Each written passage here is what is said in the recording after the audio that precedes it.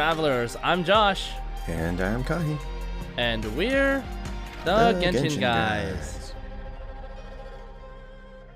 Welcome all. This podcast is for fans of Genshin Impact, the mobile game made by HoYoverse, also known as MiHoYo. Here we talk about our opinions, experiences, and dreams about Genshin Impact. If you like our show, don't forget to subscribe on Apple Music, Spotify, YouTube, or wherever you're listening to the podcast. So today we are doing our 4th Interlude episodes. This episode is pre-recorded ahead of time in order to get ahead of any downtime that Kahi and I may have in our schedule so that we can still make our weekly Monday release schedule.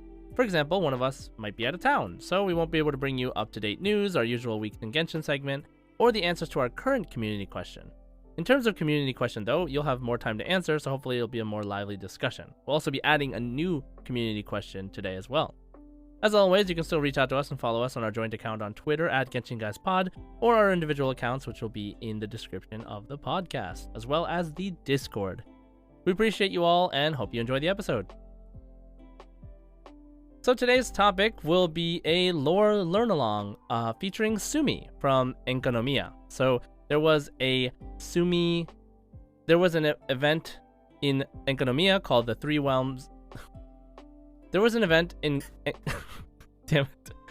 Three Realms. The Three Realms wait. No. Keep it, don't fix it in post. People will love it. They'll love it. Oh my god. There was an event in Enkanomiya called the Three Realms Gateway Offering Event, and there was an exclusive NPC named Tsumi. It's Tsumi, Tsumi. And she was also known as the snake-masked Shrine Maiden. Now, for those of you that don't remember, Kahi, what does Tsumi look like? So, Tsumi, I'll read the official appearance because some people can kind of get that image in their mind. So, Tsumi wears the standard Shrine Maiden uniform, consisting of a white kosode and a blue hakama, white socks and Okubo sandals with blue straps. So think of your traditional Shrine Maiden, but everything that is red is now blue. Her outfit contains deep blue accents. She has dark hair cut to chin length. She wears sepia lipstick and a snake mask to conceal the top half of her face. And spoiler, it is later revealed that the mask is used to hide her reptilian-like pupils, so she is a sort of snake person. So yet another animal-human hybrid humanoid person in the world of Teyvat. Yes, so like Kahi was reading from, we're going to be using the Genshin Impact fandom wiki to go over her story. We're going to read it sort of audiobook style, and then we're going to discuss it after each paragraph or so.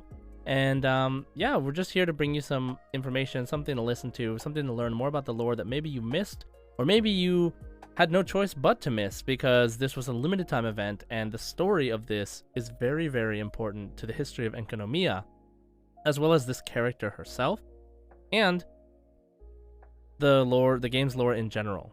So let's dive right in. So I'll start here with the profile. So, according to the ancient documents stored in Watatsumi Island, Tsumi is assumed to be the last descendant of the vassals of Watatsumi, a half-snake, half-human race that are familiars of the god Orobashi.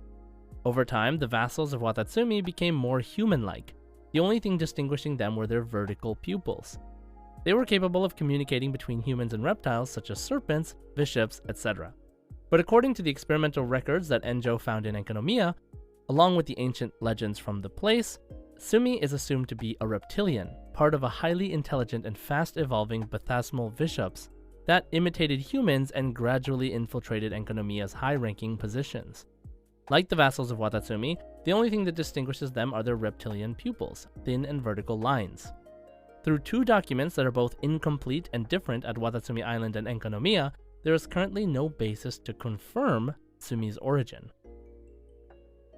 Interesting. So we have 2 different possibilities of what she is, with the same symptoms. Basically, she has vertical eyes, right? Right. So, a lot of characters that are either very important or potentially playable, they usually have very unique pupils. Now, of course, Tsumi is kind of way back then. She as the entire stature of an NPC is not playable, but definitely anyone who has weird special eyes, very important, whether we know it now or later. Yeah, I mean, I would love for like a bishop person to be playable. That'd be so cool. What would they even do?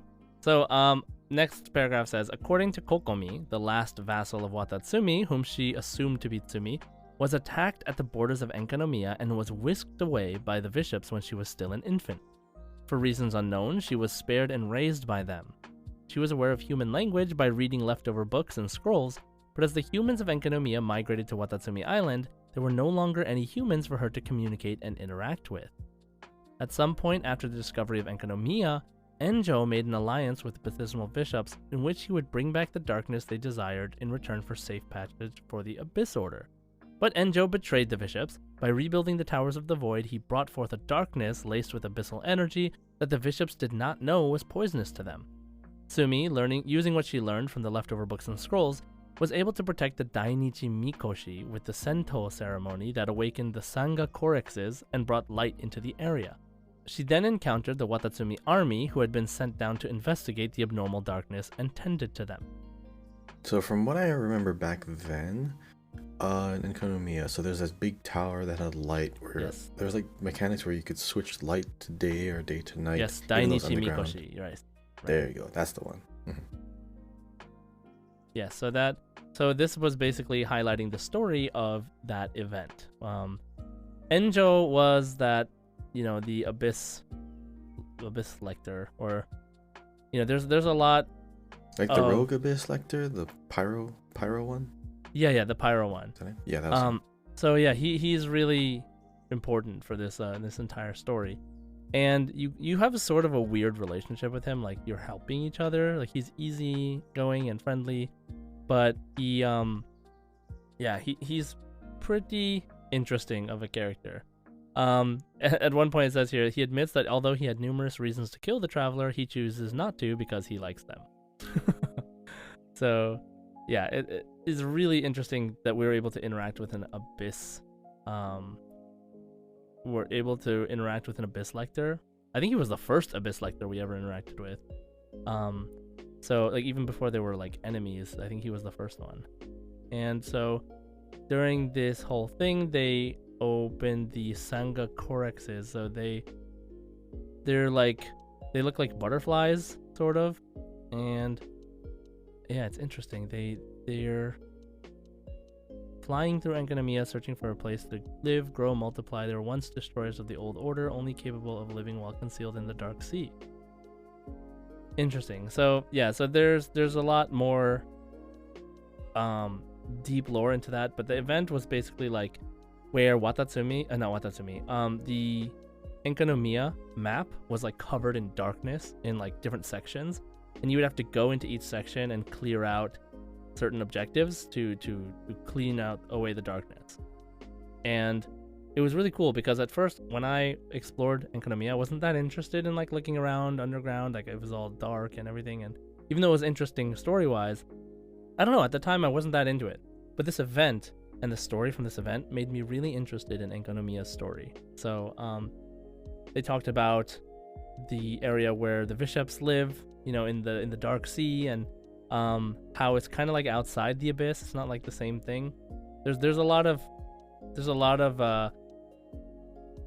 things that are made distinctly different here than what maybe we had imagined in the first place. Like when it comes to where the bishops live, where they come from, what Enkanomiya was doing, what is Enkanomiya, and I think it would take a much longer time to go into that specifically. But because Tsumi was there, we were able to basically thwart this plan, and we were able to save Enkanomiya, basically. So speaking of Tsumi, Kahi, like what did wait, Kahi, did you want to say anything about that? Well, I mean, back in Enkanomiya, it was like really dark, really gloomy. I mean, I'm not really a fan of like dark, gloomy areas. Mm-hmm. And Enkanomiya was like bright, but it was like very like monotone color, like very like, it was almost like only a few shades of like dark blue and purple, almost gray like. So it doesn't really look as bright as the overworld of Teyvat, which is kind of what I liked about the game in the first place. But I'm trying to determine. I'm pretty sure snakes in general, like reptile creatures, don't like bright light, and they can actually see better in darkness. So I think they favor dark areas, gloomy areas. Okay, I'm not a snake expert. Pretty sure. I don't know. Well, I remember like a small detail like that. Yeah, so like vipers, boa constrictors, among others, are able to find and capture prey even in total darkness. So they are able to convert the heat from organisms that are warmer into electrical signals, allowing them to see in the dark. So they do see in the dark. I guess they kind of favor dark areas rather than bright sunny areas. Although they can survive, they just prefer smaller areas. Mm-hmm. So I mean, it might hint to like why Enkanomiya might be dark and why the Abyss likes it. Maybe why a lot of the old, reptilian monsters might like this area better. So it kind of makes sense. It matches the theme. Nice, yeah. So, I mean, snake people, like, how much of the snake, abilities do they keep? I don't know, but sounds pretty interesting. What about, so speaking of Tsumi herself, like, what about her personality, Kahi? All right. So her personality. It is written here that Tsumi is an enigmatic character. Not much about her true identity has been revealed. She wears a mask to hide her pupils, as to not scare the others, but is not incessant about wearing it, as shown when a Enkanomiya samurai pestered her into briefly removing the mask to show her eyes. She is also concerned if the mask makes her untrustworthy in the others' eyes.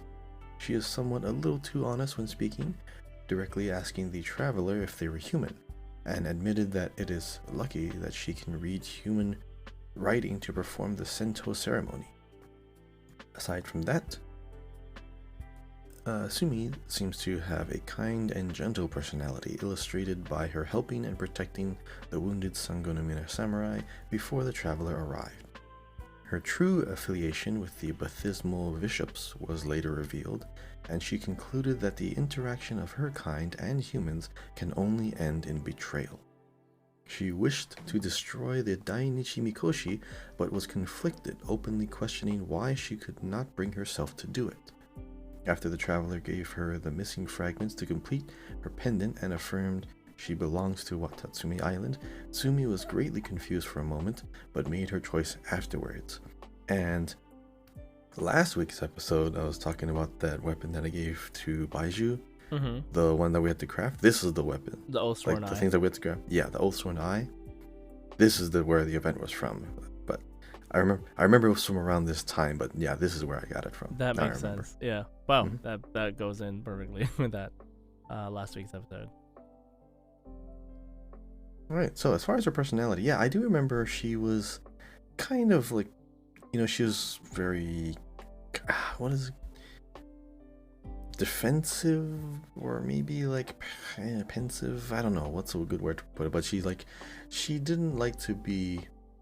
She was cautious, very cautious, because she knows that she has this appearance, and she also knows that she wants to be trustworthy, so she is like more honest with people. Yeah, obviously it's difficult when someone's wearing a mask that covers their face. Yes, but especially when they look like that. Yeah, so especially when the mask has the freaking the Snape guys on it. Like it's not like a normal or a kind looking mask. It's just like a mask that covers her eyes to make you think, or to not let you see her normal eyes, but it still has like serpent-like eyes on it. So her personality sort of conflicts with the mask and appearance, but she's still human deep down, but still has conflicts because she grew up not really around a lot of people. So there's going to be a different way that she handles herself around them. Yeah, it's like, it's weird when a character who looks so suspicious is being nice and kind, because then they just look more suspicious, like they have an ulterior motive or something like that. Which, second guess. In this case, it sounds like, she was going to destroy the Dainichi Mikoshi. But yeah. Okay, well, so that's her personality. Now, of course, what's important is the story. Why is she important to the story? What is her place in the story? So we're going to go into a little bit of the background of her and what happened around this time. So I'll take the first part, and then Josh is going to take the second part. We're going to discuss midway through. So I'll start off with the story, the beginning of it. Now, while tending to the wounded from Watatsumi army, Tsumi encountered the traveler and Paimon. The three exchanged information about themselves, and Tsumi explained what was then happening in Enkanomiya. She asked for the cooperation to seal off the 3 towers at the border of Enkanomiya, which were the source of the darkness. When Paimon questioned Tsumi about her mask, Tsumi explained she wore it due to something happening to her face when she was growing up, so she wears the mask as to not scare anyone. Even though it's scary. At this time, correct, it is actually a pretty scary mask. At this time, we did not know what was under the mask. We didn't really have a suspicion of what it was. The traveler expressed some suspicion due to their encounter with Hanachiru Sato, another masked shrine maiden who was actually an ancient entity. This is the one that we had to interact with when we were unlocking the fox shrines, but we only saw her fox mask. Tsumi didn't fully understand what the traveler said, but also told him she hates betrayals. Tsumi offers her guidance for the traveler and Paimon if they agree to cooperate and trust her. So the traveler and Paimon questioned the Watatsumi soldiers tended by Tsumi about what they knew about her. They discovered that the reason Tsumi wore her mask is to hide her reptilian-like pupils, and that she could be one of the vassals of Orobashi. Orobashi was like the ancient snake, right, in Inazuma? Right. Yeah. After a conference, though still wary of Tsumi but with little choice, they chose to work with her to restore the towers to their original forms and get rid of the darkness. Tsumi then gave the traveler a tool to effectively fight against the monsters affected by the abyssal energy and explained the ultimate goal of the operation. She also revealed that the one responsible for the darkness encroaching Enkanomiya was Enjo, the Abyss Lector, the Pyro Abyss Lector.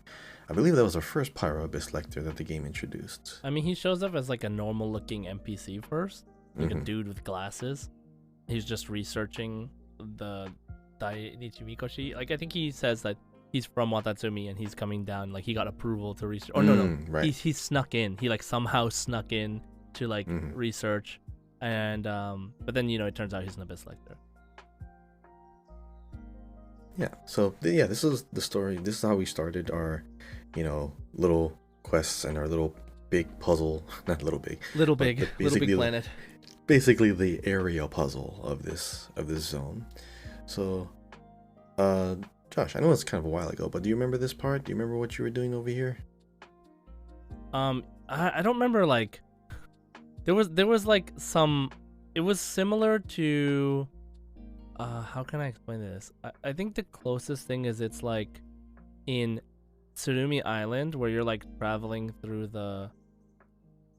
it's like some combination of like traveling through the fog with the electro feather, and also in Sumeru with the what are they called, the withering spots, where like you have to, like, you can only be in the darkness so long. And and the other thing is the chasm, like the light stone thing that you have in there. I forgot the name of it, the crystal. Yep, I remember it's that. kind of like a combination of all 3 of those, and you're like in this dark area where you're weak, but you have to level up your tool to effectively fight against the monsters, or else it'll be too hard. So it was called the Bokuso box, and it was a gadget that was only during the event. And the more that you collected the Tokoyo legume, then you could get you could upgrade the box, and it would help you do more damage to enemies. It would help you do there's an extra like burst attack thing that it has, but I think it was also necessary to activate certain puzzles. But yes, so it was like while you're traveling in these dark areas, you use the tool to get stronger, to be able to clear the areas eventually. And What's the tool called? Bokuso? The Bokuso box. The Bokuso box. Yeah. There's a brand in Japan called Boksu. Yeah. It just means box. Stuff. Like it's someone Japanese just saying box. Box. But this is Bokuso box. And I don't know if the language can explain to me what it means. Yeah, I think it's just a name. It I don't might think just I don't be think like a- yeah, I don't think it has Yeah. anything specific meaning to it. And unfortunately it's like using like a really old character, so I can't understand them necessarily. Give me one sec. It uses the characters for harmony and incomplete. So, or partial. So it's like partial harmony. So I don't know like what that is supposed to be exactly, but that's how they ended up translating it in English. But of course, like if you look at it in Japanese or Chinese, they have like the characters that have more meaning, and that's kind of what it looks like it ends up being. So maybe it was meant to bring back harmony or partial harmony. So anyway, it's called the Bokuso box, so Bokuso box. All right, so that was the first part of the story. That's how the story in Enkanomiya began. So going into the latter half, Josh, would you like to take the next part?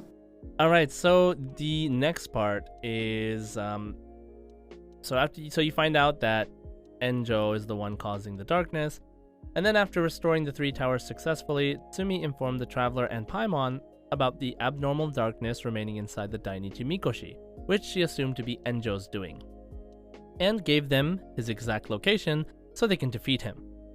Then you fight him, then soon after being defeated, Enjo divulged information about the experiment records of Bishop people he found in Enkanomiya, and said Tsumi was a member of them, unaware of their proper name. He also then revealed that Tsumi's actual plan was that she was the one who created the darkness in Dainichi Mikoshi and used it as a decoy to lure the traveler to fight Enjo as revenge for his betrayal, and to take advantage of the moment to rescue her kin that have been trapped underneath the tower, along with completely shutting down the source of Blood Branch Coral so that no more bishops will be killed in the future. So Blood Branch Coral is... So it's like one of the objects that they made you collect in order to perform the Watatsumi ritual that lets you go into Enkanomiya in the first place. And so apparently it was like not good for bishops. And let's see here. So, along with completely shutting down the source of Blood Branch Coral so that no more bishops will be killed in the future, the traveler and Paimon quickly returned to the statue beneath Dainichi Mikoshi, but Tsumi was no longer there. So they used Enjo's device to dispel the darkness inside the tower and intercepted the Coral Defenders to prevent them from sealing off the Blood Branch Coral in time. And the Coral Defenders are also known as the Baptismal Bishop Herd, which are those two, the Electro Bishop and the Ice Bishop, the Cryo Bishop on the bottom of Enkanomiya. So that's where that was part of the story there. As the it's the open world boss. It wasn't like the weekly boss, but you could keep farming it for like upgrade it's an open materials. world boss. Yeah, and you can still do it now. So they had to fight them to prevent them from sealing off the Blood Branch Coral in time. After defeating the bishops, the two confronted Tsumi after emerging from the Dainichi Mikoshi. Tsumi asked them if her rescue operation had succeeded, in which Paimon interrogated her about her real identity. Tsumi did not disclose any of her information, but revealed her affiliation to the bishops with her intention to destroy the Dainichi Mikoshi to bring darkness back into Enkanomiya. The traveler attempted to stop her, but she warned them not to come close to her and told them that she can destroy the tower by simply willing it.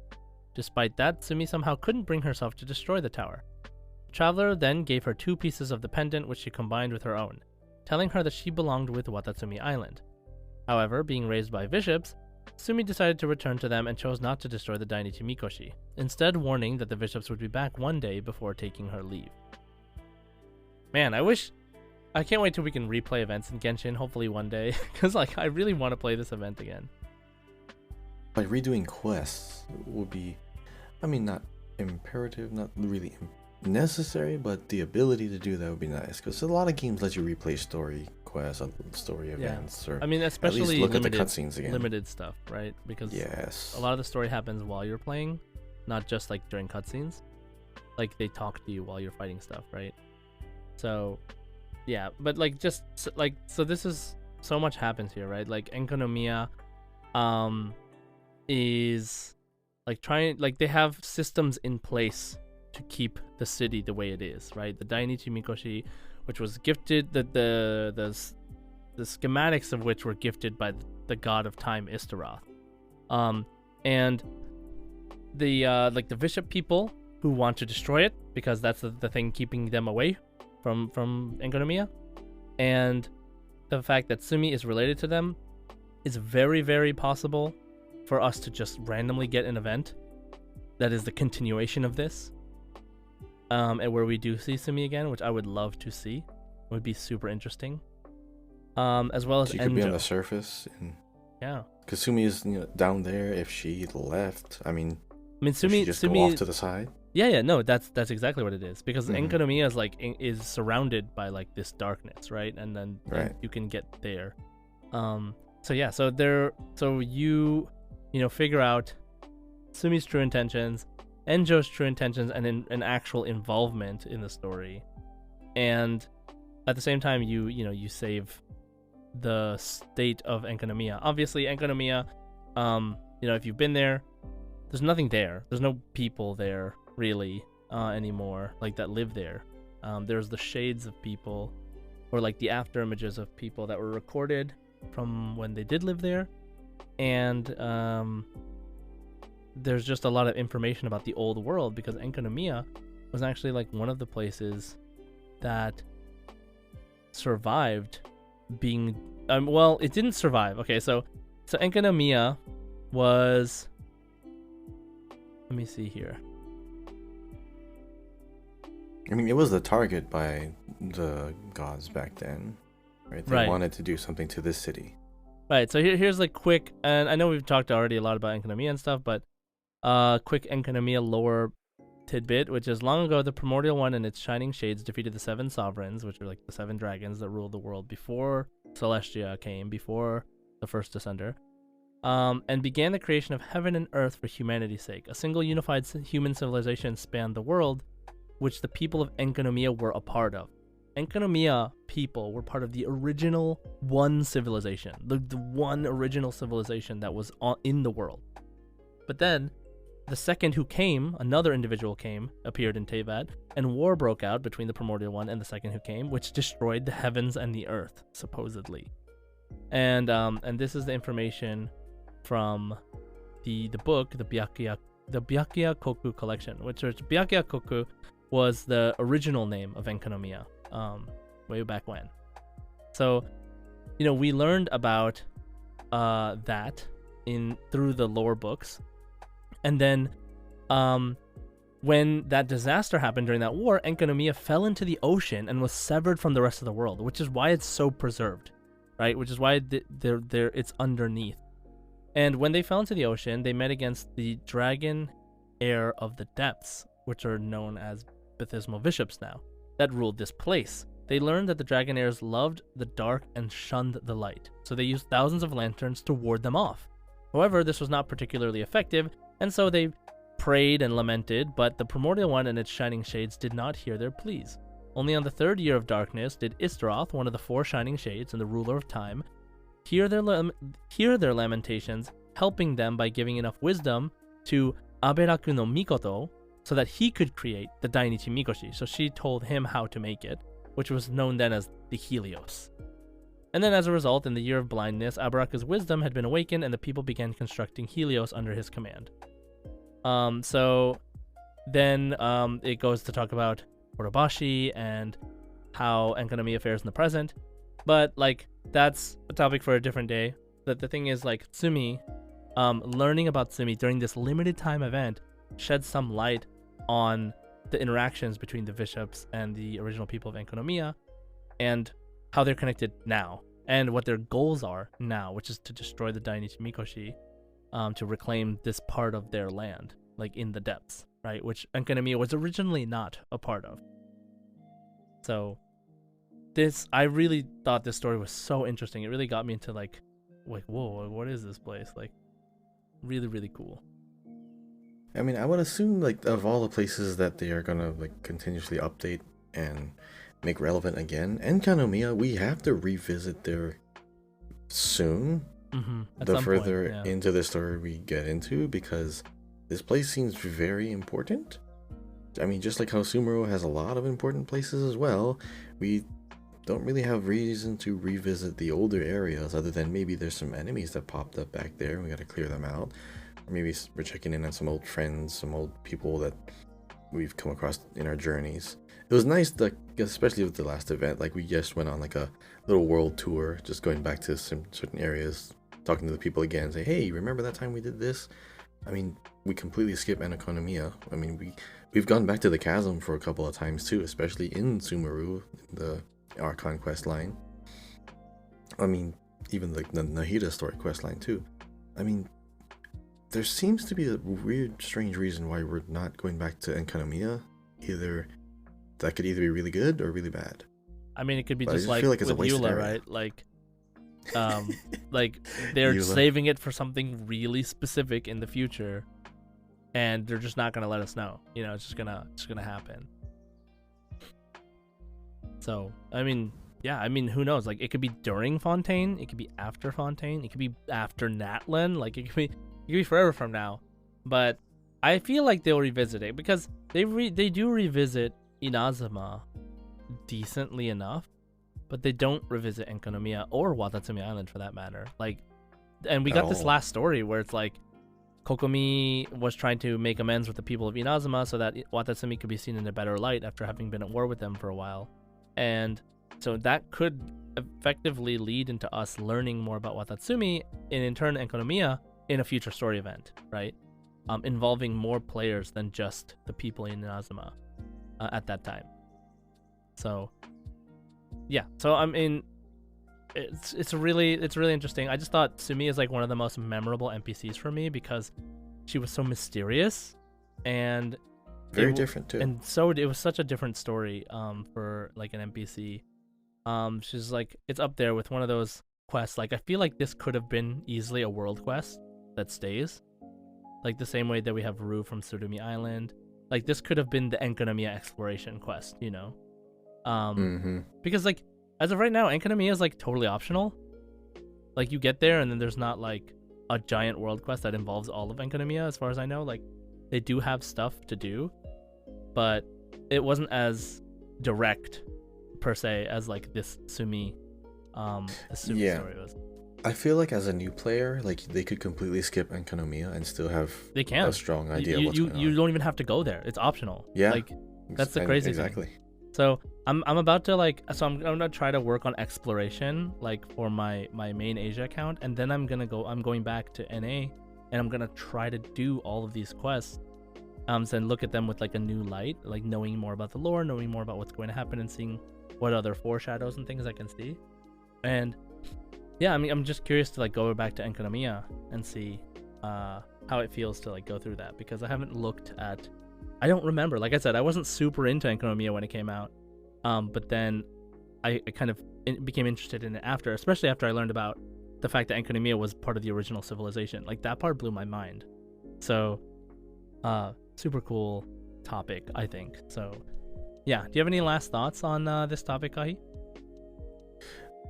Well, it's great that we revisited the Bishop people, because in Fontaine we got that preview of that little Bishop person.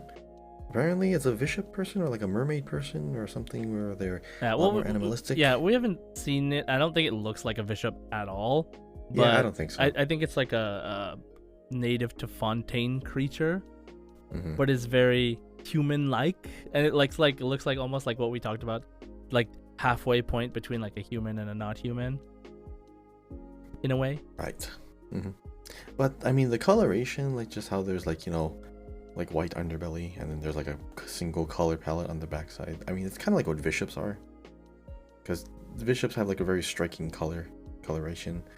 I don't know, maybe this is a Bishop person, maybe not, but we're seeing more animal people coming out, which is cool.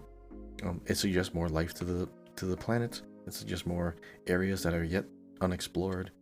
I mean, we still haven't seen if there is even a home to the Catslain bloodline, you know, right? Diona and her clan, or if there's an actual bigger yokai place where it's not just hidden in the mountains. Yeah, that interaction between Kirara and Diona, right, from the TCG event. Yeah. You have two tails? What? Yeah. Wow, you must be and then she's like, wow, you must be like a really powerful yokai if you can like go into your human form. And she's like, wait, this is just how I am all the time. Yeah, so yeah, I mean, Mhm. there's a lot to think about. Obviously, I think Enkanomiya, like you said, doesn't get revisited enough. So we wanted to bring it up and bring it up as maybe a topic of conversation, something to look into. Maybe Keep it relevant. yeah, keep it relevant. If you missed the event already, or if you're playing through Inazuma now and going to Enkanomiya, you're just starting through the game, or maybe you went through Enkanomiya and you totally forgot it, and you're like, wait, what was that about? Go check out the wiki, go check out the cutscenes on YouTube, and like learn a little bit about the lore, because it is really deep. It goes deep, and we do not even have almost all the answers, but we did learn a lot from this NPC, from this quest, and Enkanomiya just in general is just such an interesting place. The aesthetic, actually, like the more you go through it, I honestly appreciated it more. The music is great, so it's a fun place to explore sometimes if you're in the mood for it. There's some, like, I remember specifically some exploring where it's like you have to like glide from giant floating island to giant floating island, and I'm just like, I wish I had a better way to do this, but I don't know, maybe I have Wanderer now, so maybe it's a lot easier. But it was it is a really cool place, so definitely check it out, and if you forgot about it, give it a little spotlight.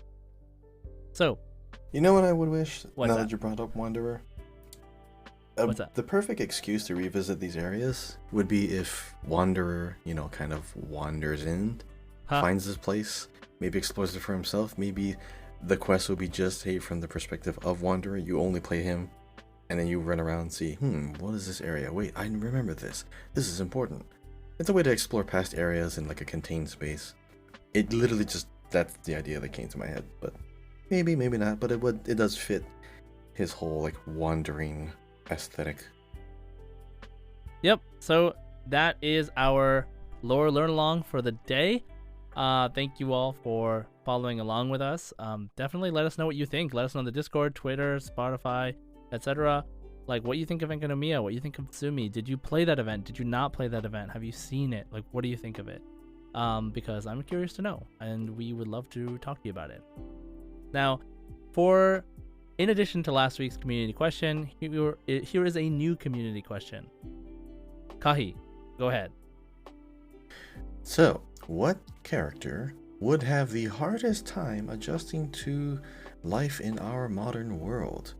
Who would this character be, and why do you think they would have the hardest time adjusting? It could be magical base, it could be personality base, it could be just maybe they don't know or understand the concept of money, who knows. But yes, if a character popped out of the game and into our world, who would have the hardest time adjusting to life here? Let us know, and we will recap both this past 2 weeks of questions in our next episode. So then, to end our show, as always, we'll move to our last wish segment. Kahi, what are you going to be wishing on today? Well, you know me, I'm going to be building pity. So I'll be rolling on Al Hytham's banner, because I'm good on weapons. I'm going to see if I can just get a nice little character, maybe some constellations for the other characters, because I could use Hazel. Yao is a good healer, general support. So I'll be rolling on Al Hytham's banner right now, and what do we have? It is blue. It's going to be a weapon. Polearm, black tassel. Black tassel. Josh, what did you get?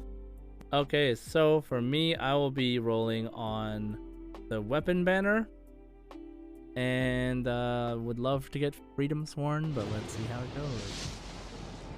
And it's blue also. We're blue. Okay, it's Ravenbow. Yay.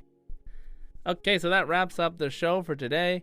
Thanks for listening, and if you have time, please leave us a comment and a review. We'd really appreciate it. Don't forget to subscribe on Apple Podcasts, Spotify, YouTube, wherever you're listening. And follow us on Twitter, once again, at Genshin Guys Pod, me at Jside Gaming, or twitch.tv/Jside, and Kahi at Kahiao, Kahiyayo, on Twitter and YouTube. So as always, Ad Astra Abyssosk.